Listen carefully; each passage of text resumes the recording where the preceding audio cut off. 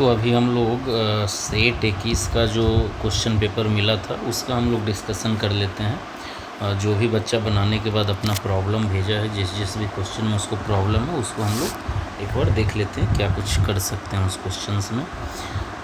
सबसे पहले है पढ़ने का क्वेश्चन नंबर 2। देखेंगे क्वेश्चन नंबर 2 में हमको भिन्न आकृति को छांटना है। तो अगर क्वेश्चन नंबर 2 को हम ध्यान से देखें तो इसमें यहाँ पे तीर है, यहाँ एक सर्कल है, यहाँ तीर, यहाँ सर्कल, यहाँ तीर, यहाँ सर्कल, यहाँ तीर, यहाँ सर्कल।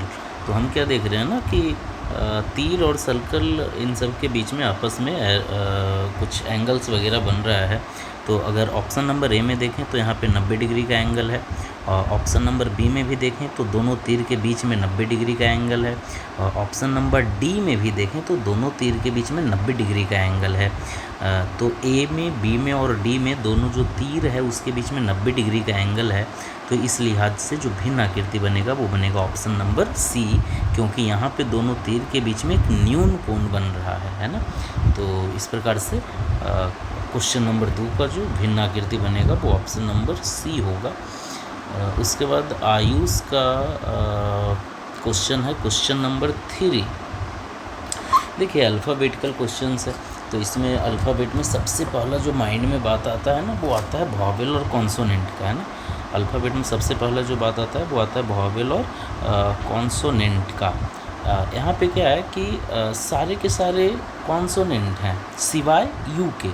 यू क्या है, ये वॉवेल है, ये वॉवेल है, लेकिन बाकी सारे कॉन्सोनेंट हैं। लेकिन इस क्वेश्चन में हम एक और चीज़ को देखें कि जितने भी अल्फ़ाबेट्स हैं, चाहे वो यस हो तो इसमें भी एक कर्व्ड लाइन है, यू है तो एक कर्व्ड लाइन है, सी है तो इसमें भी कर्व्ड लाइन है, जबकि एच में कोई भी कर्व्ड लाइन नहीं है। जो भी है लाइन वो सारे स्ट्रेट लाइन हैं। तो अगर वॉवेल के लिहाज से जाएं तो ऑप्शन नंबर बी हो जाएगा। लाइन के हिसाब से जाएं तो इसका जो सही ऑप्शन होगा वो ऑप्शन नंबर सी हो जाएगा। तो क्वेश्चन नंबर 3 का दोनों तरीक़ा से हम लोग सोच सकते हैं। इसके बाद राजपाल का है क्वेश्चन नंबर 4। क्वेश्चन नंबर 4 में बड़ा कॉमन सा एक चीज़ जो हम लोग नोटिस कर सकते हैं वो है ये वाला जो एरो है, इसमें देखिए कहाँ पे ये ट्रायंगल इससे कनेक्ट हो रहा है।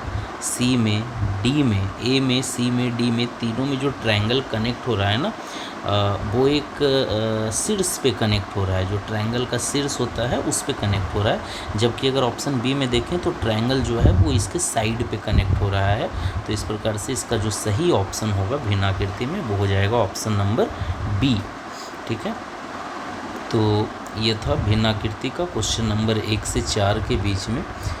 इसके बाद जो नेक्स्ट क्वेश्चन है कॉमन क्वेश्चन जो भेजा है वो है क्वेश्चन नंबर 16।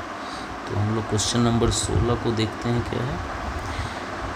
क्वेश्चन नंबर 16 ये क्वेश्चन है। देखिए इसमें पहले यहाँ पे 2 इक्वल का साइन है, एक वर्टिकल है, एक हॉरिजॉन्टल है। ठीक है, अब देखिए ये वाला जो साइन था ना ये आ गया यहाँ, और जो साइन यहाँ पे वर्टिकल था वो है यहाँ, और ये एक नया आकृति आया है। ठीक है, चलिए एक नया आकृति है।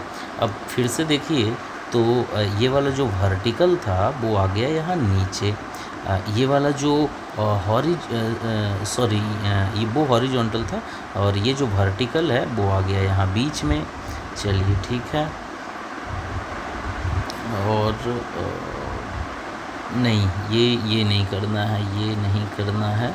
इसको हम लोग फिर से देखते हैं, इसको हम लोग अभी फिर से देखें तो यहाँ से हम लोग लेते हैं। इसमें 2 साइन है, एक वर्टिकल हो गया, ये हॉरिजॉन्टल हो गया। ठीक है, ये जो हॉरिजॉन्टल वाला है, हॉरिजॉन्टल वाला जो है वो आ गया यहाँ, हॉरिजॉन्टल वाला आ गया यहाँ। ठीक है, ये वाला साइन यहाँ आ गया, और ये वर्टिकल वाला जो है वो इधर शिफ्ट हो गया, और शिफ्ट होकर के आ गया यहाँ, और ये जो है ना एक नया आकृति इसमें आया। ठीक, अब क्या हुआ, जब हम इस वाले से इसमें जब जाते हैं तो ये जो वर्टिकल वाला था ये वाला आया नीचे यहाँ पे। ठीक है जी, ये वाला यहाँ पे शिफ्ट हुआ बीच में, ठीक है। और ये वाला जो ऊपर था वो आया यहाँ पे, और फिर ये एक नया आकृति बना है, ठीक है। जब हम यहाँ से यहाँ जाएंगे तो क्या हम शिफ्ट करेंगे, इसको शिफ्ट करेंगे, ठीक है ना। इसको पहले इधर घसकाएंगे तो ये जो वर्टिकल वाला है ये आ जाएगा यहाँ, ये जो हॉरिजॉन्टल वाला है ये यहाँ कहीं बीच में आ जाएगा, और ये ऊपर से नीचे जब शिफ्ट होगा तो ये फिर से वर्टिकल वाला है वो यहाँ आ जाएगा। और यहाँ पे हमको एक नया आकृति खोजना है ना, यहाँ पे कोई एक नया आकृति बनेगा, क्योंकि हम देख रहे हैं यहाँ आगे में नया आकृति था, यहाँ भी आगे में नया आकृति, तो यहाँ भी आगे नया आकृति देंगे। ये इस प्रकार से घूम रहा है ना, ये इस प्रकार से मूव कर रहा है, तो यहाँ पे नया आकृति आएगा। तो ये आकृति खोजते हैं कि क्वेश्चन नंबर 16 में किस में है। देखिए ये वर्टिकल, फिर ये हॉरिजॉन्टल, फिर ये वर्टिकल, और नया आकृति, इसमें दो नया आकृति दिया है ऊपर, तो ये तो गड़बड़ है ना। 1 2 3 4 नहीं 4 आकृति पहले से है इसमें। 4 आकृति जब पहले से है तो हमको 5 आकृति चाहिए। तो 5 आकृति जब चाहिए तो इसको भेजते हैं ऊपर, यहाँ पे ये आ जाएगा यहाँ पे, और ये वाला जो है ये बीच में आएगा, ये वाला यहाँ पे आएगा, और यहाँ पे हमको एक नया आकृति चाहिए, ठीक है। हमको रोटेट तो इसी प्रकार से होना है, तो ठीक है। ए नंबर में ही तो आ रहा है, यहाँ पे नया आकृति आ रहा है। बी नंबर में अगर देखें हमको बीच में चाहिए पड़ा हुआ हॉरिजॉन्टल, जबकि इसमें बी में वर्टिकल है तो ये छट गया, इसमें भी बी में वर्टिकल है ये छट गया। डी में यहाँ पे हॉरिजॉन्टल है लेकिन यहाँ पे ये आकृति जो आ रहा है ये इसको छाट देगा। तो इस प्रकार से इसमें जो वर्टिकल और हॉरिजॉन्टल इक्वल का साइन है इसको मूव करना है और उसमें सावधानी बरतना है। क्वेश्चन नंबर 16 के बाद अब सीधे है क्वेश्चन नंबर 35। क्वेश्चन नंबर 35 देखिए, ये आकृति को जोड़ना है ना। ये हमारे पास 1 2 3 4 5 हमारे पास पीस है ना, अलग अलग शेप का, और इसको जोड़ करके हमको एक नया आकृति चाहिए। तो देखो 5 जो अलग अलग पीस है ना, इसमें क्या है, एक ये हो गया सेमी सर्कल है ना, हाफ सर्कल कह सकते हैं, और दो हमारे पास है 1/4 सर्कल है ना, 2 हमारे पास 1/4 सर्कल है और 2 इस प्रकार का आकृति है। तो हम लोग खोज लेते हैं ना कि इसमें है एक सेमी सर्कल होना चाहिए, ठीक है। देखिए इसमें एक तो हमारे पास सेमी सर्कल है, लेकिन इसमें 1/4 सर्कल जो 2 गो है वो नहीं है, क्योंकि यहाँ पे एक अलग ही ये ट्रायंगल वगैरह बन रहा है, तो ये नंबर छट जाएगा, ठीक है जी। बी नंबर में देखें तो ये हमारे पास सेमी सर्कल, ये 1/4 सर्कल 2 मिल गया, और ये बाकी का जो 2 आकृति था, तो हमारा सही ऑप्शन कौन सा हो जाएगा, बी। बाकी को अगर चेक करना चाहें तो कर सकते हैं। सी में सेमी सर्कल तो मिलेगा, लेकिन ये जो आकृति बन रहा है ये नहीं है, और डी में हमारे पास सेमी सर्कल है ही नहीं है ना, तो ये भी छट जाएगा। तो इसका जो सही ऑप्शन हो जाएगा वो हो जाएगा सी, ठीक है। इसके बाद क्वेश्चन नंबर 35 के बाद है क्वेश्चन नंबर 39 ओके। छिपी आकृति है ये, 39 का छिपी आकृति। देखो ये जो उभार है ना, ये जो बल्ज पार्ट है, सबसे पहले इसको ढूंढ लो। इधर कहीं नहीं मिलेगा ऐसा कोई बल्ज पार्ट, जो भी मिलना है वो यहीं पे मिल रहा है ना। यहाँ से इधर भी आ गए, और उसके बाद यहाँ से इधर आए, यहाँ से इधर आ गए, और फिर नीचे आ गए, फिर नीचे से गए यहाँ, और यहाँ से फिर नीचे, ठीक है। तो इसका जो हो जाएगा ऑप्शन ए हो जाएगा क्वेश्चन नंबर 39 का। क्वेश्चन नंबर 39 के बाद अब सीधे है मैथ्स में क्वेश्चन नंबर 42, ठीक है। देखते हैं क्वेश्चन नंबर 42 क्या है। 42 में क्या रहना है कि यक्स और वाई जो है वो है एक सम संख्या। तो बताइए कि यक्स और वाई का प्रयोग करते हुए निम्नलिखित में से कौन एक विषम संख्या हो सकता है। तो इसको हम लोग ना कुछ ऑप्शन से समझते हैं। यक्स पे पावर वाई कह रहा है, तो हम क्या करते हैं ना कि सम संख्या ले लेते हैं। एक सम संख्या ले लेते हैं 2, और एक सम संख्या ले लेते हैं 4। तो मान लिया जाए कि यक्स का मान ले लिए 2 और वाई का मान ले लिए 4। तो पहला जो ऑप्शन कर रहा है यक्स पे पावर वाई, तो यक्स का मान 2 और 2 पे पावर कितना 4। तो इसको जब सॉल्व करेंगे तो क्या हो जाएगा 2 गुना 2 गुना 2 गुना 2, 2 दूनी 4, 4 दूनी 8, 8 दूनी 16। अब बताइए ये जो 16 आ रहा है ये भी क्या है सम संख्या ही है, जबकि हमसे पूछ रहा है कि बताइए कौन एक विषम संख्या है। तो पहला ऑप्शन तो विषम संख्या नहीं होगा, पहला ऑप्शन जो है उसके हिसाब से सम संख्या ही आपको मिलेगा। अब यक्स गुना बाई अगर करके देखें तो यक्स गुना बाई यानी कि 2 गुना 4, तो 2 गुना 4 भी करेंगे तो 8, ये भी एक सम संख्या है, तो ये ऑप्शन भी नहीं होगा। अब इसको करके देख लेते हैं यक्स प्लस बाई तो 2 प्लस 4, अब प्लस यक्स गुना बाई तो 2 गुना 4। इसको जब सॉल्व करेंगे तो 2 जोड़ 4 जोड़ 2 2 चौका 8, 8 4 12 और 2 14, तो 14 भी क्या है एक सम संख्या है।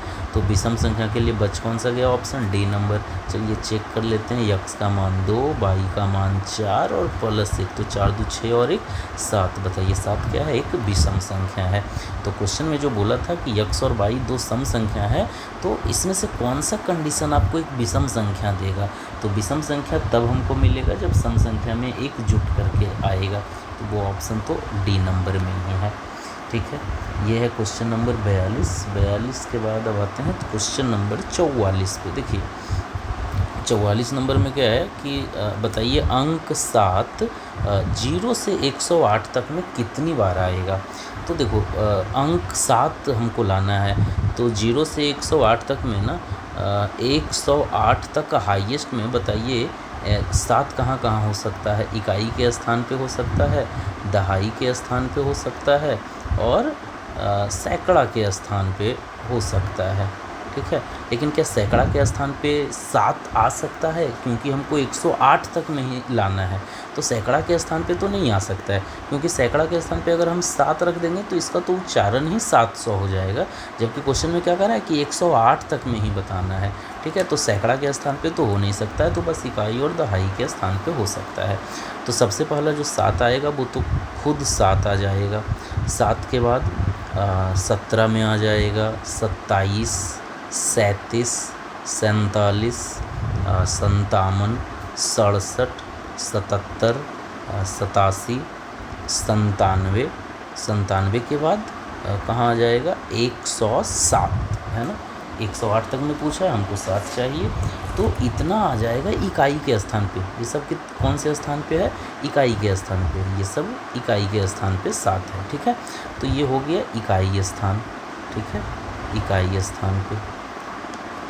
अब इसी प्रकार से हम लोग चेक कर लेते हैं कि दहाई के स्थान पे ये कहाँ कहाँ आ सकता है। ठीक है, तो चलिए दहाई के स्थान पे देखते हैं, दहाई स्थान पे देखते हैं। तो दहाई स्थान में ना कहाँ से शुरू होगा 70। ठीक है, 70 से पहले तो नहीं मिलेगा, 70 यहाँ दहाई के स्थान पे 71, 72, 73, 74, 75, 76, 77, 78 और 79 के बाद हो जाएगा 80। बताइए इस सब में कहाँ पे है, दहाई के स्थान पे है। तो इकाई के स्थान पे आना था तो इकाई के स्थान वाला लिख लिए, दहाई के स्थान पे आना था दहाई वाले स्थान को लिख लिए।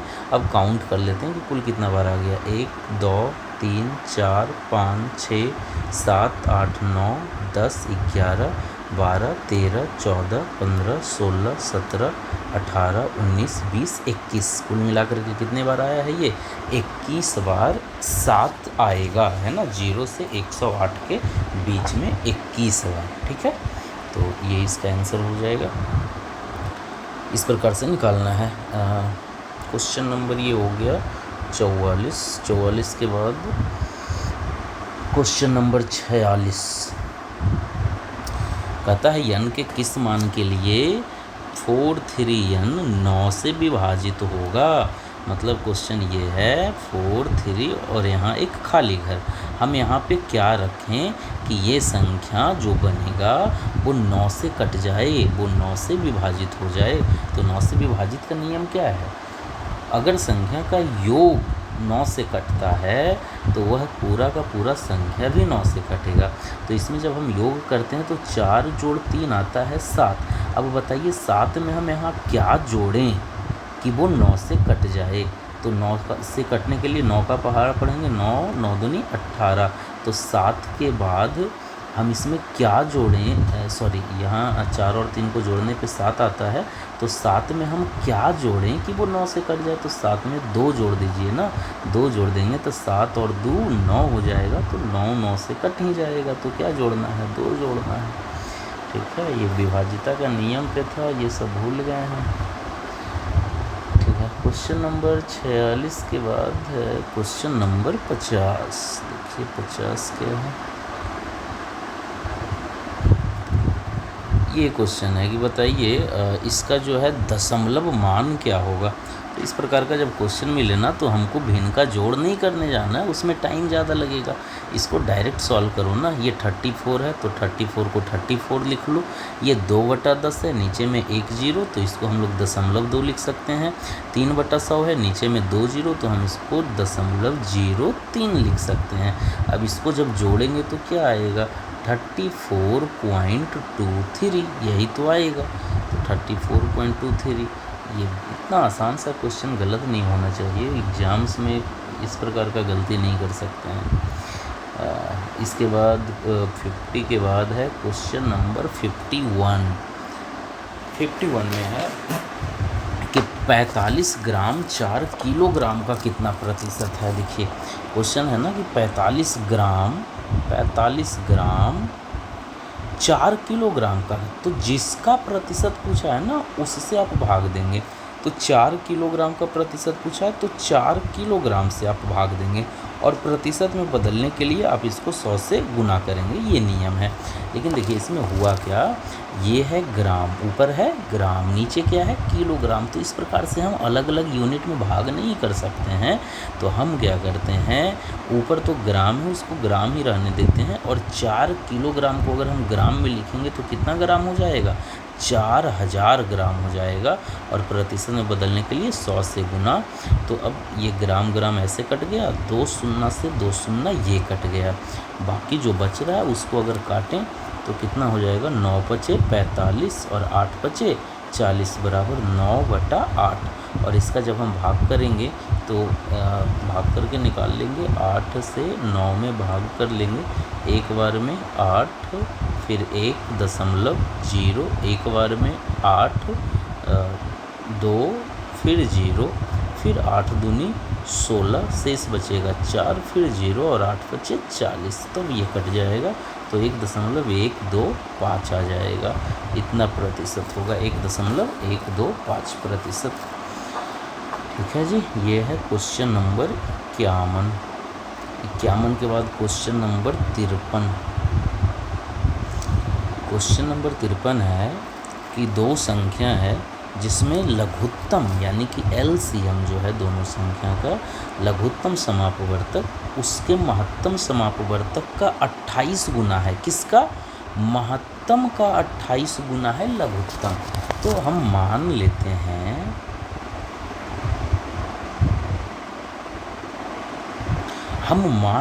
क्वेश्चन में क्या बोला है कि महत्तम का 28 गुना है। तो हम मान लेते हैं कि महत्तम जो है ना HCF जो है वो यक्स है। तो बताइए LCM कितना हो जाएगा, महत्तम का 28 गुना, तो 28 में x से गुना कर दीजिए, तो LCM हो जाएगा 28x। कितना हो जाएगा, 28x हो जाएगा। अब आगे क्या कहता है उसके लघुत्तम और महत्तम समापवर्तक का योग 1740 है, यानी कि 28x + x बराबर 1740। इसको अगर हम सॉल्व करें तो 28x और x 29x बराबर 1740, और x का मान यहाँ से निकल जाएगा 1740 और बटा 29। इसको जब काटेंगे तो 29 छक 74 से 9 छक 54 74 से, तो ये 60 बार में कट जाएगा। तो यक्स का मान कितना आ गया, 60। बताइए यक्स क्या माने थे, HCF, तो HCF हो गया 60। अब हमारा LCM कितना हो जाएगा, तो LCM 28x है, तो 28 गुना 60, 28 गुना 60 कर लेंगे, कितना आ जाएगा 1680, है ना, 28 छक 68 से, तो 1680। LCM और HCF हम निकाल लिए हैं। क्वेश्चन में क्या दिया है ना कि जिन 2 संख्या का आप ये LCM HCF का कैलकुलेशन कर रहे हैं उसमें से एक संख्या 240 है। तो एक संख्या हमको दे दिया 240। तो पूछता है बताइए दूसरी संख्या क्या है, तो दूसरी संख्या के लिए फॉर्मूला क्या है, तो हम लोग एक फॉर्मूला पढ़ते हैं ना, एक संख्या गुना दूसरी संख्या बराबर लस गुना मस, ये पढ़ते हैं। अब हम लोग मान रख देते हैं, एक संख्या 240 गुना दूसरी संख्या ये निकालना है, तो हम लोग मान लेते हैं इसको 22, ठीक है। एलसीएम कितना हो गया 1680 और एचसीएफ कितना आ गया था 60, तो बस 22 का मान निकाल लेंगे, वही हमारा आंसर हो जाएगा। तो 1680 गुना 60 बटा 240, ये 4 बार में इसको काट देगा और 4 से उसको काट लेंगे, तो 4 चौके 16, 4 दूनी 8 और 0, तो बताइए दूसरी संख्या कितना मिल गया 420, है ना, ये मिल गया। क्वेश्चन नंबर 53 के बाद है क्वेश्चन नंबर 55, क्वेश्चन नंबर 55, ठीक है। 53 के बाद ये 55। देखिए क्वेश्चन क्या है कि एक व्यक्ति है जो 40 किलोमीटर की यात्रा में पहले 10 किलोमीटर प्रति घंटा की गति से, पहला 10 किलोमीटर 10 किलोमीटर प्रति घंटा गति से, दूसरा 10 किलोमीटर 20 किलोमीटर प्रति घंटा गति से, तीसरा 10 किलोमीटर 30 किलोमीटर प्रति घंटा गति से और आखिरी का 10 किलोमीटर 40 किलोमीटर प्रति घंटा गति से तय करता है। तो इसको जाना है कुल दूरी 40 किलोमीटर, लेकिन हर 10 किलोमीटर का जो इसका चाल है वो अलग अलग है। तो कहता है बताइए औसत गति क्या है। बताइए औसत गति के लिए हम लोग फॉर्मूला क्या पढ़ते हैं, औसत गति यानी कि औसत चाल। तो औसत चाल के लिए फॉर्मूला हम लोग क्या पढ़ते हैं, कुल दूरी डिवाइडेड बाई कुल समय, यही पढ़ते हैं ना। तो कुल दूरी तो हमको क्वेश्चन में दे रखा है 40 किलोमीटर, लेकिन कुल समय कितना लगा ये नहीं दिया है। अब हमको ये नहीं कर देना है कि ये पहला, ये दूसरा, ये तीसरा, ये चौथा, तो 4 घंटा लग गया, ऐसे कैलकुलेट नहीं करेंगे, हमको सबका समय अलग कैलकुलेट करना पड़ेगा, ठीक है। तो देखिए इधर हम लोग कैलकुलेशन करते हैं, क्या कह रहा है कि पहला जो है ना, पहला में आपको जो दूरी मिलेगा, पहला में आपको जो दूरी है वो 10 किलोमीटर है और इसके लिए जो चाल है वो भी है 10 किलोमीटर प्रति घंटा का, 10 किलोमीटर प्रति घंटा का। तो बताइए पहला में समय कितना लग जाएगा, दूरी बटा चाल बराबर 1 घंटा का समय लगेगा, ठीक। उसी प्रकार से जो दूसरा हिस्सा इसका है उसमें भी कह रहा है कि दूरी तो आपको 10 किलोमीटर ही जाना है, लेकिन इसके लिए जो चाल है वो है 20 किलोमीटर प्रति घंटा का। तो इसमें भी हम निकाल लेंगे कि समय कितना लगेगा, तो समय बराबर दूरी बटा चाल, 10 दूनी 20 बराबर 1/2 घंटा, यानी कि आधा घंटा वहाँ लगा, ठीक है। उसी प्रकार से हम इसके तीसरे हिस्सा को भी सॉल्व करेंगे, उसमें दूरी कितना है, तो दूरी इसमें भी 10 किलोमीटर का ही है। चाल कितना है, तो चाल अब हो गया है 30 किलोमीटर प्रति घंटे का, 30 किलोमीटर प्रति घंटे का। तो समय निकाल लेंगे कि कितना समय इसमें लगेगा, तो समय बराबर दूरी बटा चाल बराबर 1/3 घंटा। और इसका जो चौथा हिस्सा है इसमें भी दूरी 10 किलोमीटर ही है, लेकिन इसमें चाल इसका कितना है, 40 किलोमीटर प्रति घंटा का। तो हम इसमें भी क्या निकाल लेंगे, समय, तो समय बराबर दूरी बटा चाल, तो 10 चौका 40 बराबर 1/4 घंटा। तो ये 4 हिस्सा में जो दूरी को तय किया है ना, और चारों हिस्सा का क्या समय लगा है वो हमको निकल गया। तो अब हम निकाल लेते हैं यहाँ पे पहले कुल समय, है ना, क्या निकाल लेंगे, कुल समय। तो 1 घंटा प्लस 1/2 घंटा प्लस 1/3 घंटा प्लस 1/4 घंटा। इसको अगर हम सॉल्व करें तो 2, 3, 4 का लसा कितना हो जाएगा, 12। तो हो गया 12 प्लस 2 छक 12, 3 चौके 12, 4 तिया 12, 12 छः 18, 18 4 22, 22 3 25/12 घंटे का समय लगेगा। तो समय हमको निकल गया, कुल समय कितना है, कुल दूरी हमको पता ही था कि 40 किलोमीटर ही इसका कुल दूरी है। तो हम क्या करते हैं, अब हम इसका औसत चाल निकाल देते हैं। तो औसत चाल बराबर अभी बताएं क्या होगा, कुल दूरी बटा कुल समय, यही होगा ना। तो कुल दूरी कितना है, 40 किलोमीटर है, कुल समय कितना आ गया, 25/12 घंटा, है ना, कुल समय ये आ गया। अब बताइए ये 12 कहाँ चल जाएगा, ऊपर। तो फाइनली जो हमको सॉल्व करना है 40 गुना 12/25, 8 पचे 40 पचे 25, तो 12 8 96/5, तो ये आ जाएगा 19 × 95, 19 पॉइंट में अगर चेंज करेंगे तो 0.2 आ जाएगा, 19.2 किलोमीटर प्रति घंटा। बी नंबर ऑप्शन होगा। तो जब कभी भी औसत चाल हमसे पूछे तो उसमें हमको कुल दूरी बटा कुल समय ही करना है, ठीक है। ये था क्वेश्चन नंबर 55। 55 के बाद क्वेश्चन नंबर है 56। 56 भी है, 57 भी है, लगातार पूछे हैं भाई। देखिए क्वेश्चन नंबर 56 में क्या है, 60 किलोमीटर प्रति घंटा की गति से कोई ट्रेन चल रहा है जिसका लंबाई है 100 मीटर और 150 मीटर लंबे प्लेटफॉर्म को कितने समय में पार करेगा। देखो जब भी प्लेटफॉर्म को पार करेगा, पुल को पार करेगा, तो हम बताए हैं कि उसमें कुल दूरी जो होगा ना, एक तो ट्रेन का अपना जो लंबाई है 100 मीटर वो रह जाएगा, और प्लेटफॉर्म को यहाँ पे पार कर रहा है तो प्लेटफॉर्म का जो लंबाई है वो भी कुल दूरी में जुटेगा, तो वो हो जाएगा 250 मीटर। क्यों जुटता है?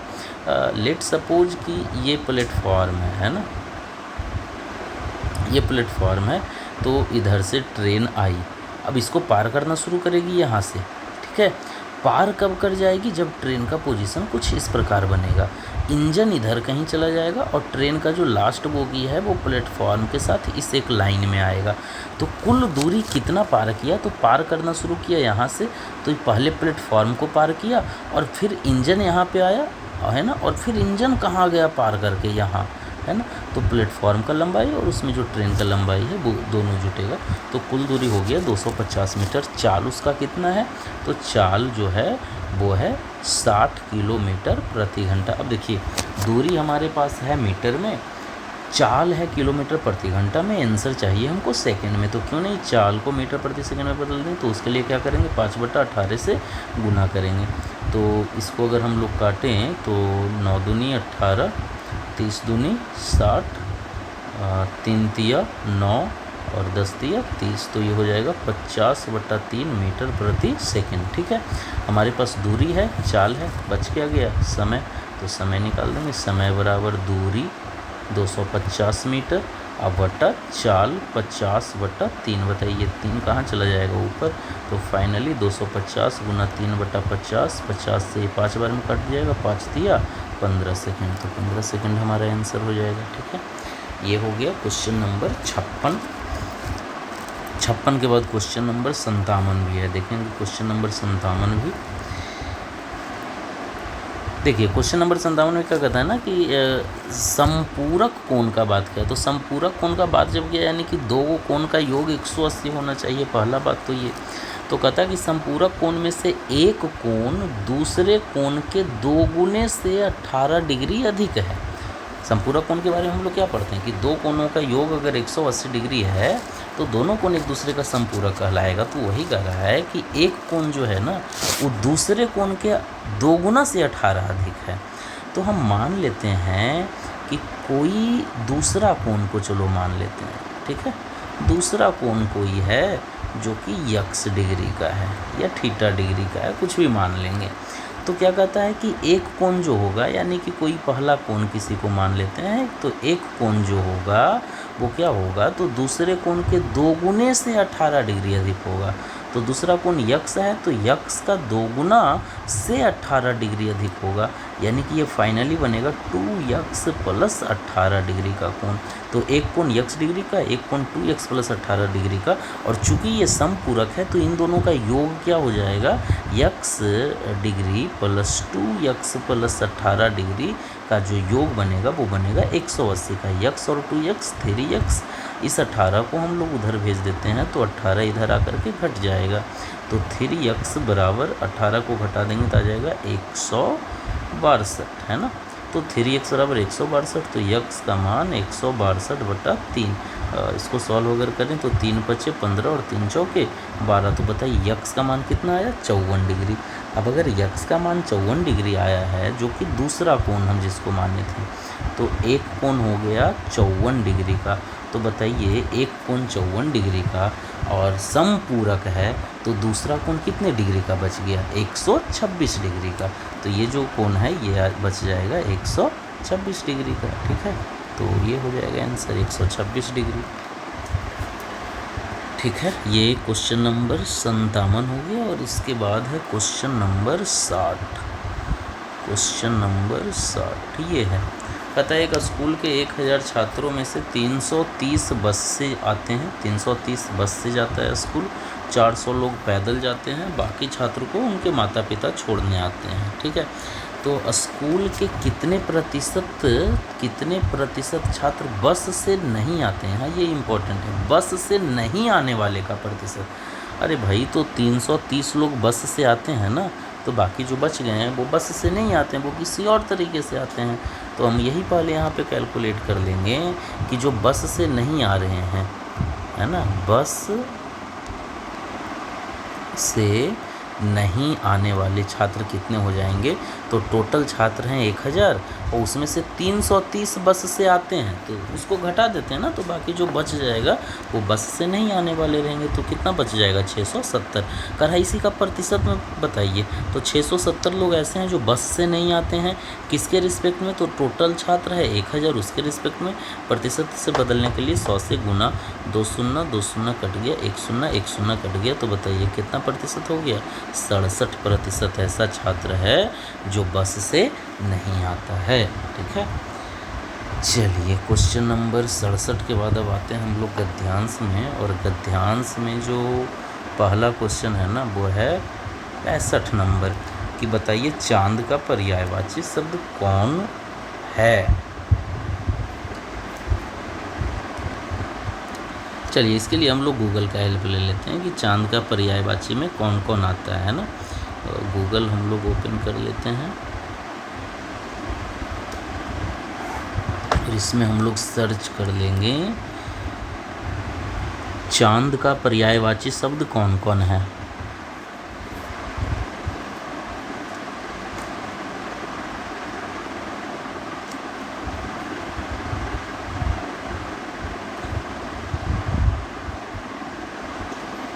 हाँ, तो देखिए यहाँ चांद का पर्यायवाची शब्द हो गया शशि, सोम, चंद्रमा, हिमांशु, इंदु, विधु, मयंक, राकेश, सुधांशु, सुधाकर, निशाकर, है ना। ये सब चांद के पर्यायवाची हैं। ये जो फोटो देख रहे हैं ना, इसमें जितना भी शब्द है वो सारे के सारे चांद के पर्यायवाची हैं। तो हमारे ऑप्शन में एक शशि ऑप्शन था, है ना, तो शशि ऑप्शन यहाँ भी है।